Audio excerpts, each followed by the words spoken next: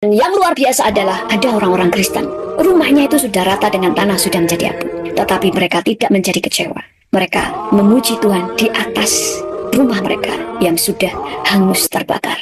Haleluya, haleluya.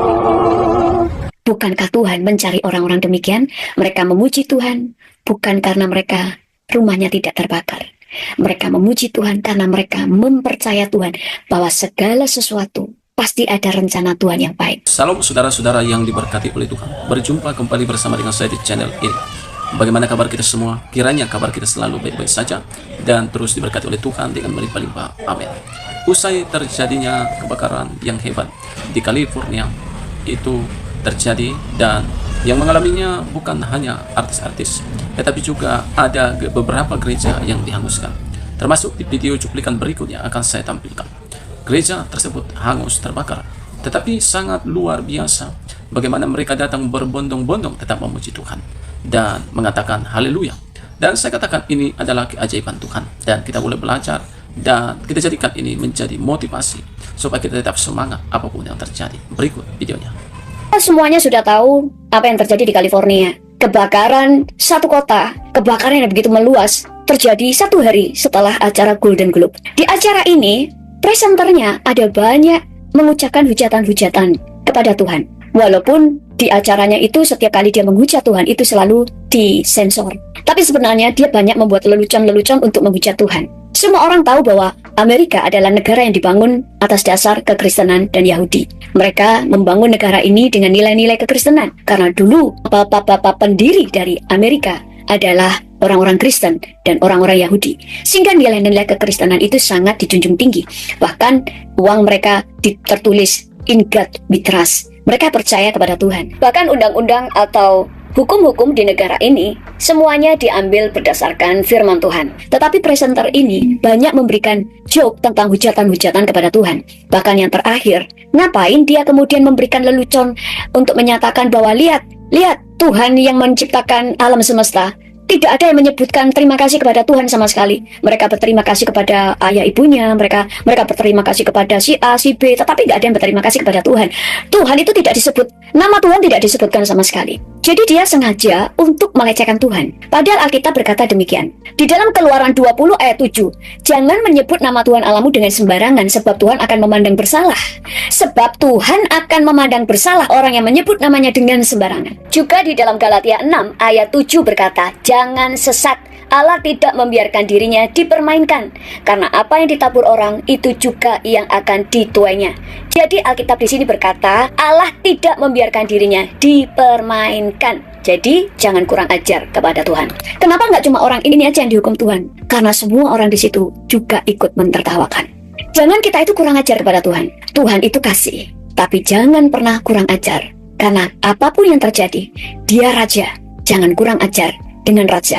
Sebagai Tuhan, dia itu kasih. Tetapi sebagai raja, dia tidak bisa dipermainkan. Bukan hanya karena dia Tuhan, tetapi dia raja yang tidak bisa dipermainkan. Kita telah melihat apa yang terjadi di California. Terjadi kebakaran di seluruh kota tanpa bisa dikendalikan. Hawa panas, kekeringan, dan angin yang begitu kencang dari Santa Ana membuat ada pergesekan yang sangat keras dan timbul percikan api.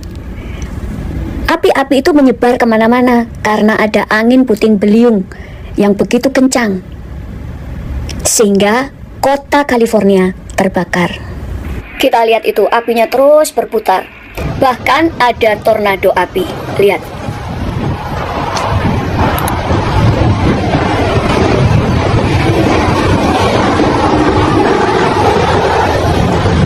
Kita tidak pernah membayangkan bahwa Sodom dan Gomora terjadi lagi, yaitu satu kota bisa terbakar hanya dalam semalam.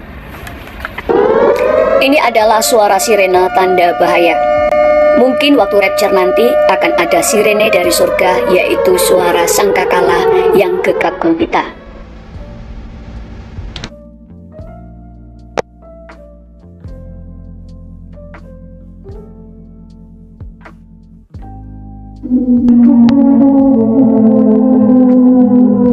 Dari kejadian ini kita bisa membayangkan waktu terjadi di Sodom dan Gomora.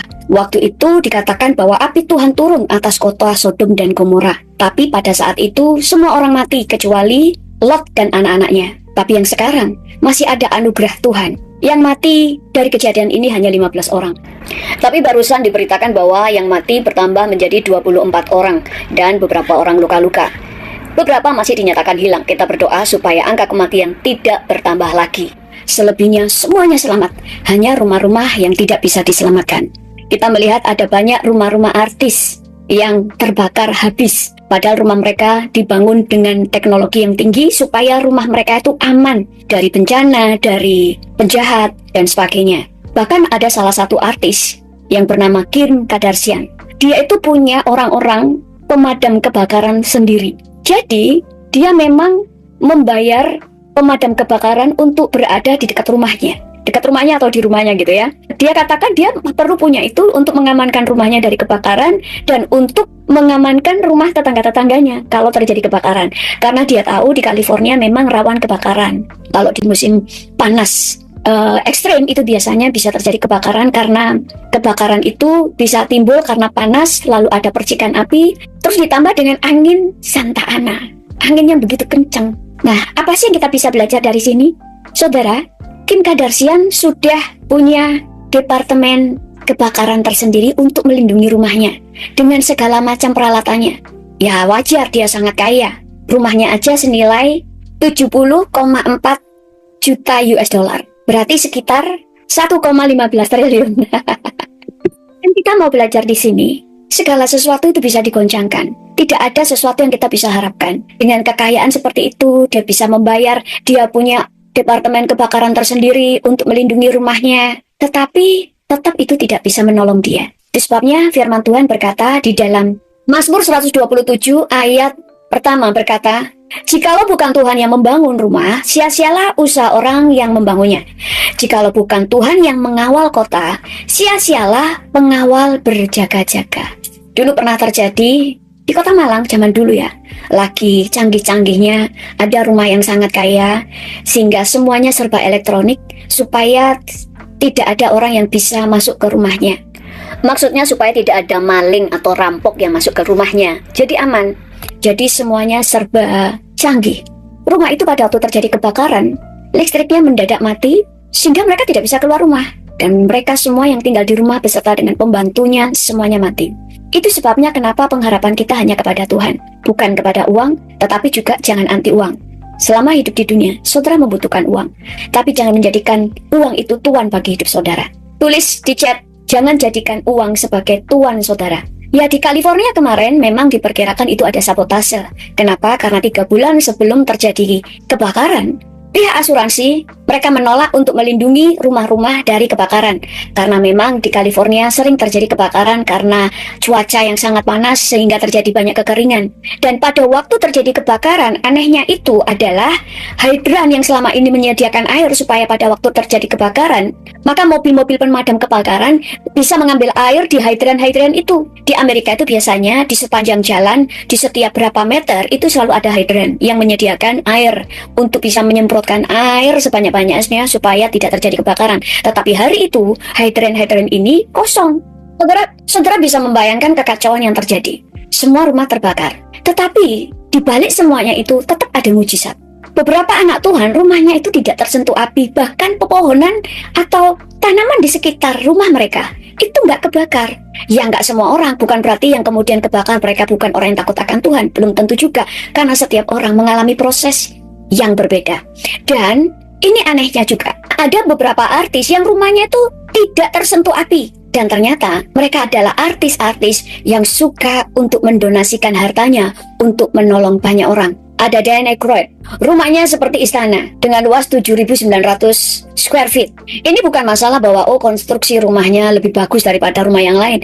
Rumah-rumah yang lain itu juga artis-artis top. Jadi rumah mereka pasti juga bangunan-bangunan yang kuat, bangunan-bangunan yang sudah diperhitungkan untuk tidak mudah terbakar. Tapi apa yang membuat rumah orang ini tidak terbakar? Dia banyak menyumbang untuk orang-orang yang membutuhkan, juga menyumbang kepada para veteran-veteran perang. Yang kedua adalah pasangan suami istri, Chris Pratt dan Catherine. Mereka berdua banyak mendonasikan uangnya untuk menolong banyak orang. Dan dia menyumbangkan 1 juta US dollar untuk membeli kacamata bagi anak-anak yang membutuhkannya.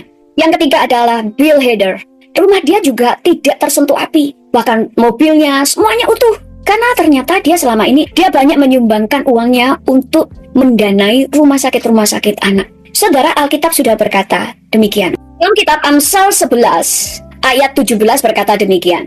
Orang yang murah hati berbuat baik kepada dirinya sendiri, tetapi orang yang kejam menyiksa badannya sendiri. Kita garis bawahi, orang yang murah hati berbuat baik kepada dirinya sendiri. Karena apa yang kamu tabur, kamu tuai. Saya pernah mengajarkan bahwa salah satu keuntungan orang memberi adalah bisa menyelamatkan dirinya.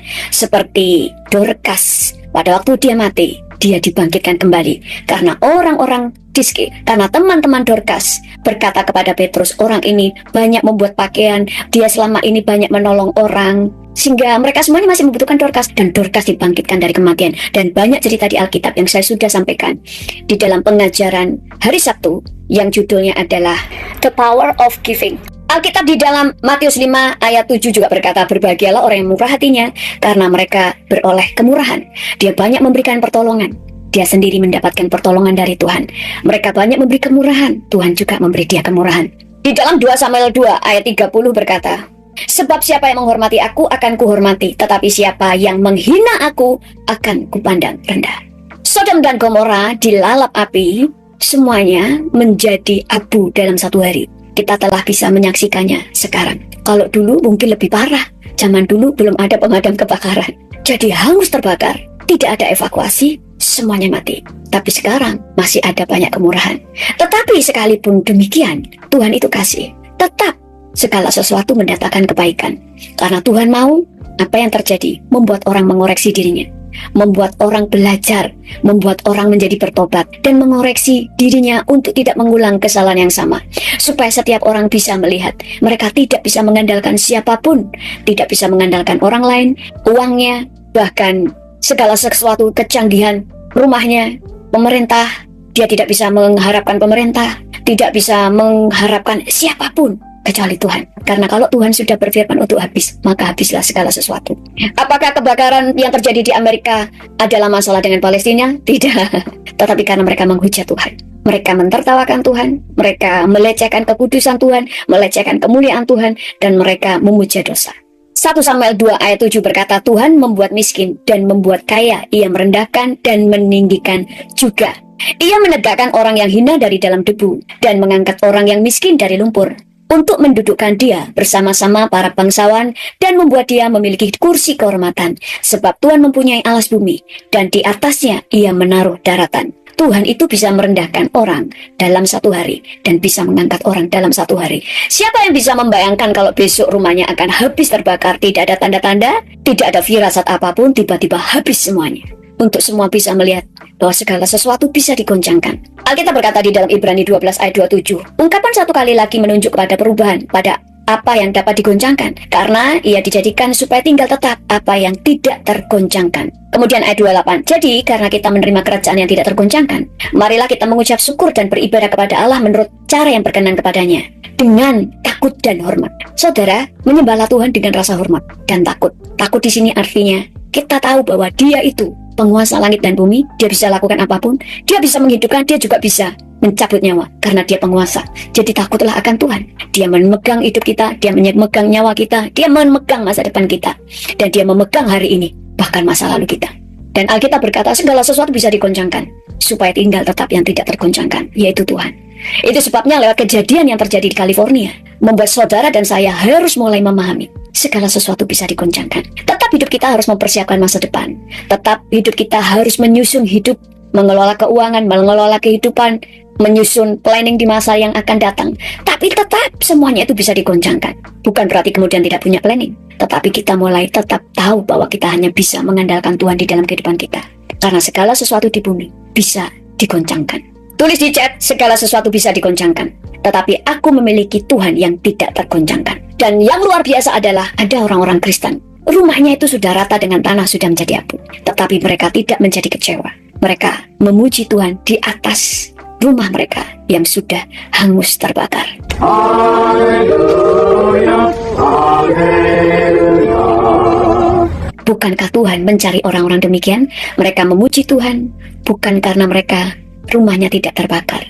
Mereka memuji Tuhan karena mereka mempercaya Tuhan bahwa segala sesuatu pasti ada rencana Tuhan yang baik. Mereka tetap mempercayai Tuhan sekalipun mereka belum paham apa sih yang menjadi rancangan Tuhan di dalam hidup mereka. Mereka tetap mengucap syukur. Dari kejadian kemarin di California, ada banyak hal yang Tuhan kerjakan. Orang-orang teguran Tuhan supaya bangsa ini bertobat. Karena kemarin bangsa ini agak berbelok oleh karena banyak orang yang menuntut haknya supaya Yesus disingkirkan dari Amerika. Mereka tidak sadar, mereka lupa yang membuat negara ini maju, membuat Amerika menjadi negara nomor 1 di dunia, memimpin bangsa-bangsa, bukan karena kecanggihan yang mereka miliki, tetapi karena Yesus ditinggikan.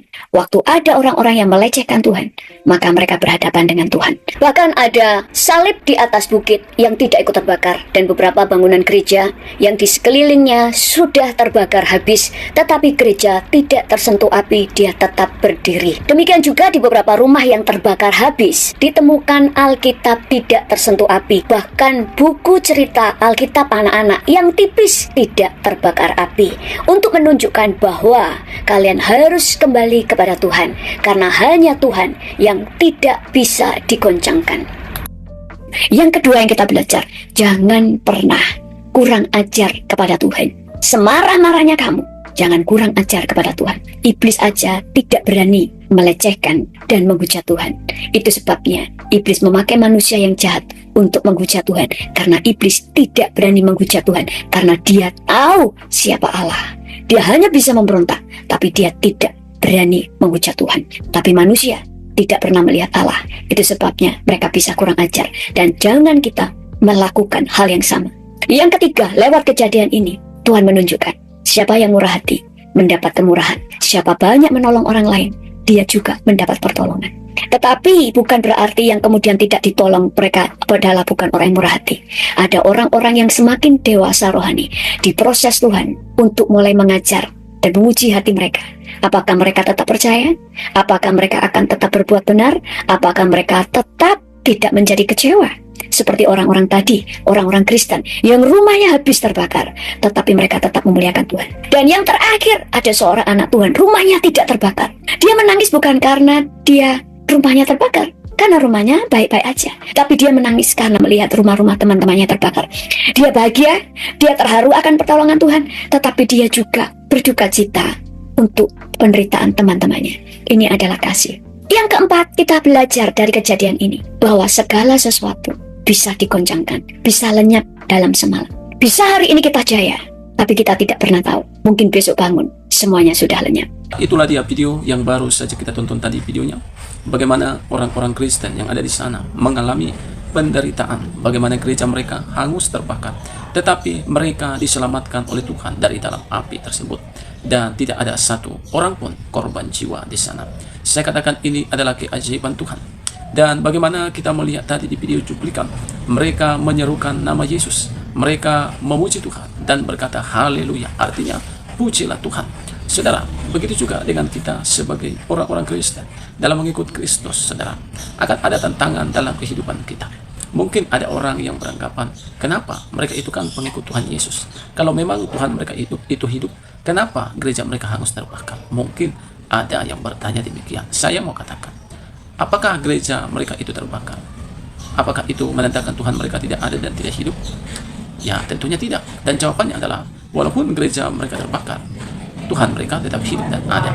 Karena kalau kita belajar di dalam Alkitab, sama seperti Stefanus, kita tahu Stefanus adalah pengikut Kristus yang setia.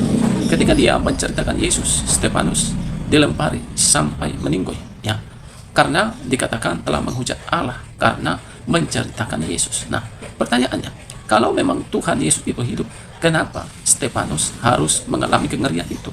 Nah, itu adalah pertanyaan mungkin yang timbul. Tetapi bukan berarti Tuhan tidak melindungi Stefanus. Tuhan tetap melindungi, bahkan menyelamatkan. Tetapi memang itu sudah adalah rencana Tuhan bagi Stefanus. Dan selain daripada itu juga, banyak juga di Alkitab seperti Sadrak, Mesak, Abednego, ketika mereka mau dicampakkan dalam perapian yang menyala-nyala, Tuhan melindungi mereka. Nah, ini rencana Tuhan bagi mereka. Begitu juga dengan Daniel ketika dia memuji Tuhan 3 kali sehari. Orang yang tidak suka mencampakkannya ke dalam gua singa. Apakah ada terjadi kepada Daniel? Tidak ada, karena Tuhan merencanakan untuk melindunginya. Nah, soal saudara selamat atau tidak selamat di dunia ini, itu bukan menjadi ukuran apakah Tuhan itu hidup, apakah Tuhan itu ada untuk melindungi. Ya, karena Tuhan adalah Tuhan yang tidak terbatas. Seperti tingginya langit dari bumi, begitulah tingginya jalan Tuhan dari jalan kita, dan rancangan Tuhan dari rancangan kita. Nah, teman-teman, apapun yang terjadi dalam kehidupan kita, jangan pernah kita lupa untuk selalu bersyukur dan memuji Tuhan, sebab Dia layak dipuji. Yang pertama, karena Dia setia. Yang kedua, karena Dia baik. Yang ketiga, karena Dia mengasihi kita. Ya, itu perlu kita ingat. Ya, dan kita juga tidak boleh berhenti memuji namanya. Ya, karena apa? Karena Dia itu adalah Tuhan yang layak dipuji. Dia adalah Tuhan yang maha besar dan maha mulia. Jadi kita sebagai ciptaan Tuhan adalah diciptakan untuk menjadi alat kemuliaan bagi nama Tuhan. Ya, apapun tantangan kita di hari-hari ini, ayo tetap memuji Tuhan, tetap bersyukur kepadanya, sebab itulah yang dikehendaki Tuhan. Dan saya yakin Tuhan berkenan kepada orang-orang Kristen tadi yang memuji Tuhan walau gereja mereka hangus terbakar. Begitu juga dengan kita. Tuhan itu berkenan dan Tuhan itu suka, dan Tuhan itu melihat kita yang tetap memilih memuji Tuhan dan menyembah Tuhan walau ada tantangan, walau ada pergumulan dalam kehidupan kita. Kiranya video yang saya bagikan ini boleh memberkati. Tuhan memberkati. Salam.